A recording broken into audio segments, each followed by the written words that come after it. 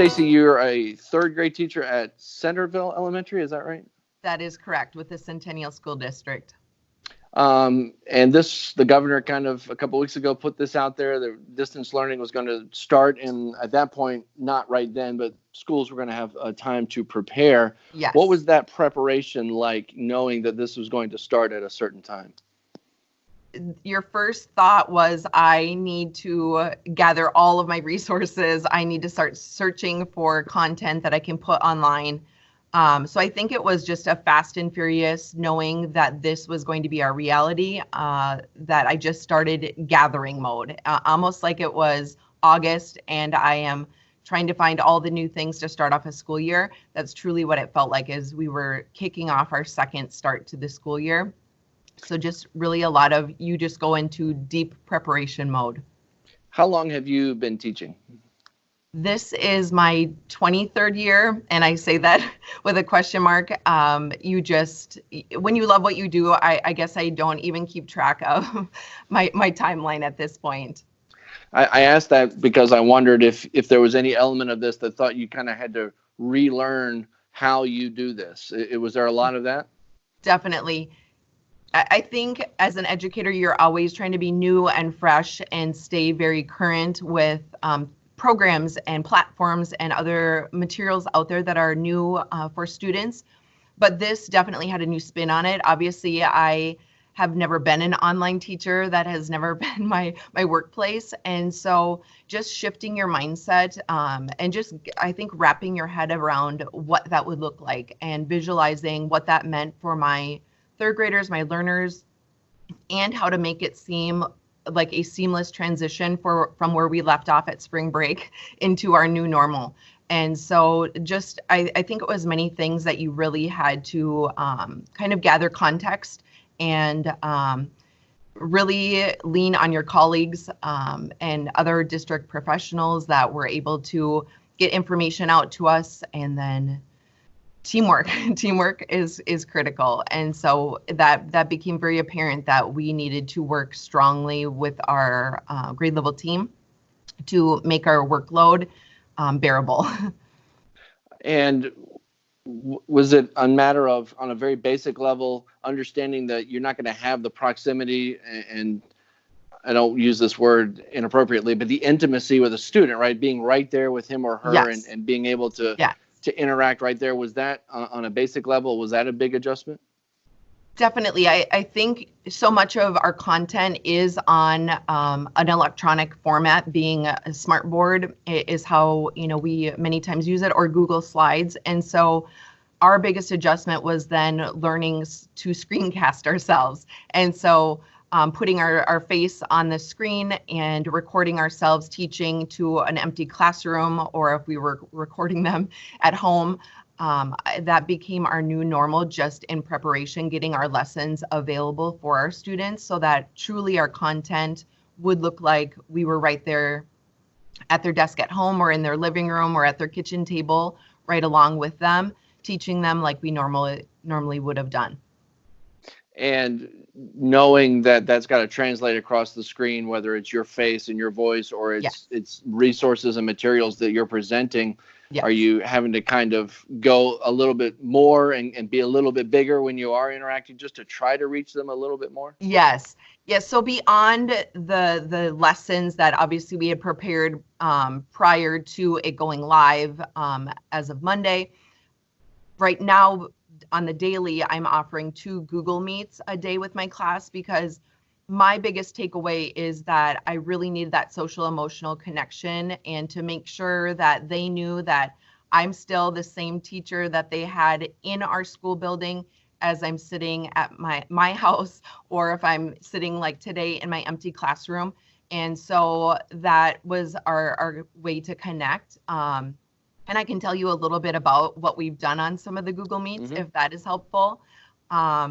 So just to start out, obviously our first one was just a lot of family members in the background getting their child adjusted to the ins and outs of getting their microphone muted and all of those things. But truly it has become a very organic process of sorts, being that, as of lately. I would say we've got maybe 20 to 24 students showing up out of our class of 30. So my screen is a grid, almost looking like the Brady Bunch.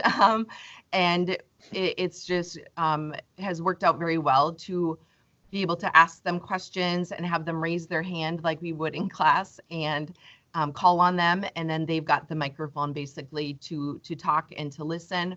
We've seen everyone's pets. We've met all of their pets this week.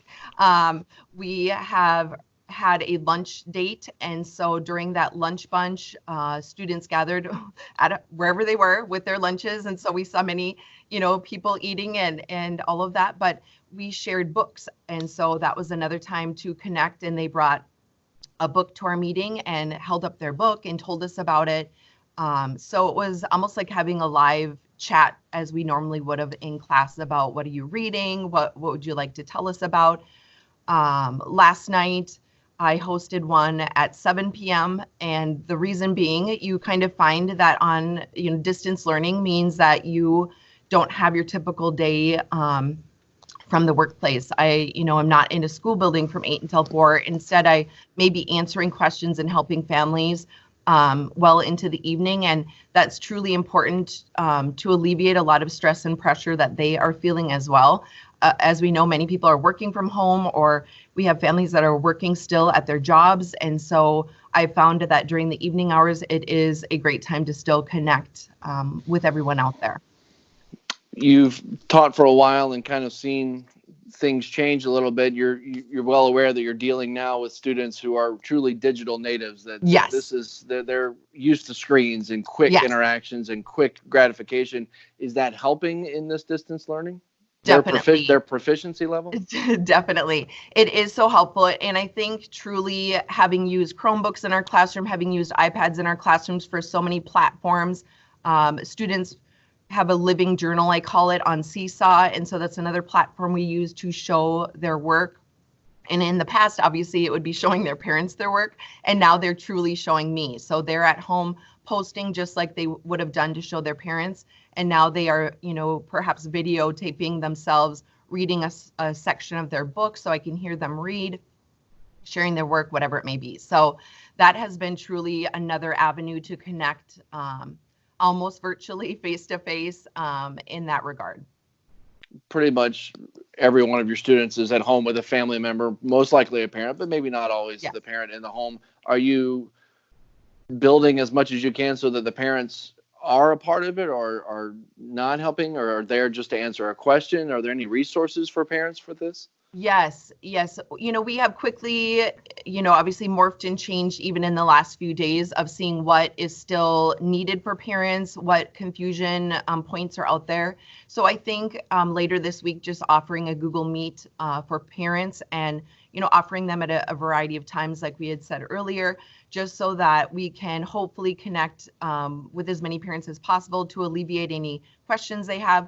But yes, it's been a lot of tech help, or just one-on-one email, responding back and forth, answering things so that they feel like they are confident and knowing perhaps the links that they're checking out. We did a lot of videos basically leading up to this on click-by-click walkthroughs of how to access things at home, because as we know, so many companies have so graciously extended their membership, let's call it, to families for free of charge during this time. So just, we thought it was very important so that we could really make it easy for parents to know how to access some of these great resources. So that's another step that we did to provide and connect with parents with just how to go about finding some of the things that are available.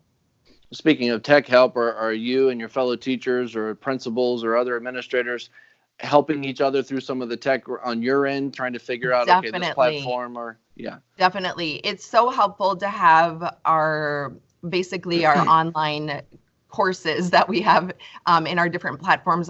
We use Schoology as a staff as well. And so just having those message boards of sorts where people are linking, here's a Google extension, or here's something new that I learned today, and they've also screen recorded themselves and shared it with us, so we know click by click what to try, what to look for.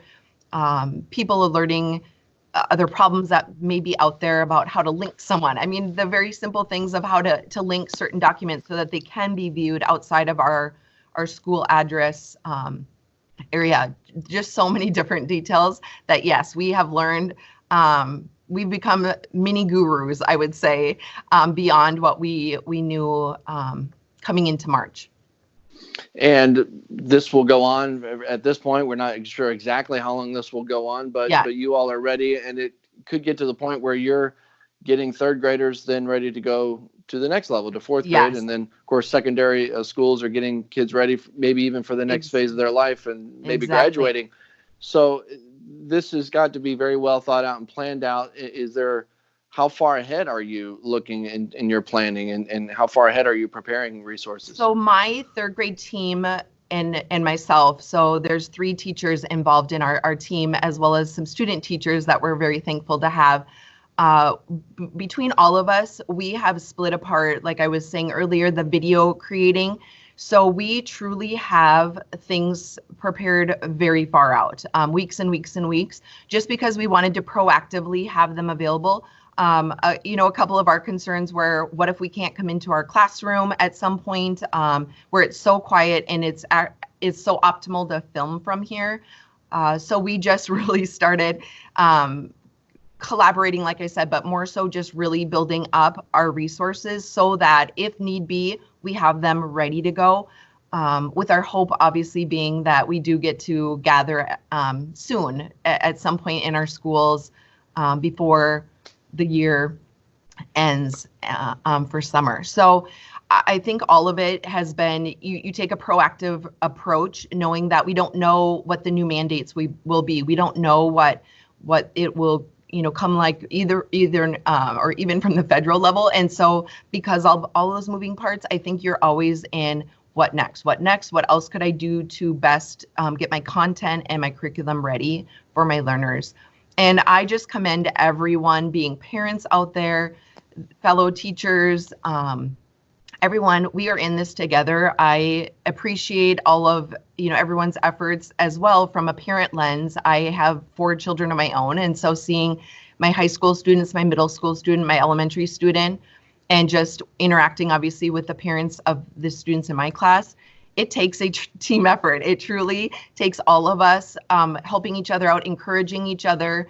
I so appreciate the comments that people are taking time to give us and feedback, because it truly sparks our passion and our, it just gives that, I think, that little check-in of like, okay, we got this. We can keep proceeding forward. Yesterday, I love these comments that are saying yesterday was better than the first day, and I think it's going to be better. And so it just shows that everyone is being very raw, being very real, and there's so many emotions attached right now that we can only do the best we can do in our very moment and learn from there. And we just said we're educators, but we are also learning right along with our students. And so I have made it very clear to families, you will find errors, you will find mistakes. And so just bear with us.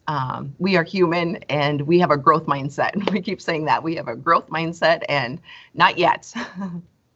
Your students pretty well. What do you think?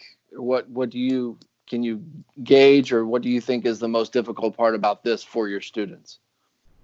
I think truly back to that social emotional piece, they want to be within our walls. They want to be sitting at their desks. They want to be singing our goofy songs and doing all the things that we normally do.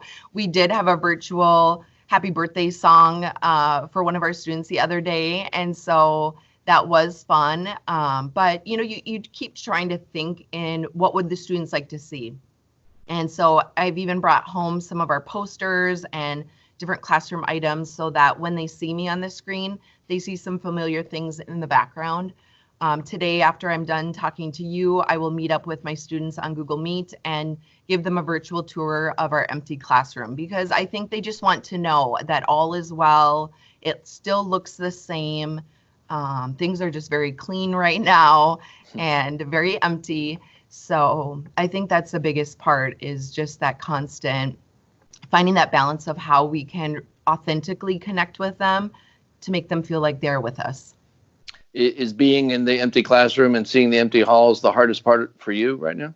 Oh, definitely. It's very sad. In a way, it's like coming in during the summer months when you're working ahead on the school year. But truly, last week when it was materials pickup and we helped out to get all of our students' materials and locker items and desk items out to their families, it was teary. It was hard because, even talking right now, it's a little bit hard because you miss being there with them. Mm-hmm. Looking ahead and knowing that this will go back to a normal school situation at some point, hopefully this school year, but maybe not. What impact will this style of learning and this style of classroom community will impact when you go back to the more traditional and go back to having everybody in the room? How will that change that model going forward? Truly, I think, I had experienced online learning as a graduate student, so I was familiar with how that felt to be a participant, but not how it felt to lead that way. And so I think my biggest takeaways thus far have been just knowing, for example, how beneficial this is, almost in a flipped classroom kind of a style, but how this could be so beneficial for our students who may be gone for a school day because of illness, and seeing how easy it was to screencast myself, just being able to put those resources out there or just post these types of lessons so that if students need to refer back during homework time, how beneficial, how awesome that they have that second chance at hearing their teacher teach it again. Or even if I'm a parent and I have no idea what lattice multiplication or partial product multiplication, and people are saying, I've never heard of those terms in my life. Myself as a parent could enjoy watching the video with my child and think, oh my goodness, this isn't craziness. It's truly another way of doing math. I think that is one of the things swimming around in my head is that there definitely is so much that we have learned through this process and creation of what we're doing that will definitely be utilized going forward. Okay.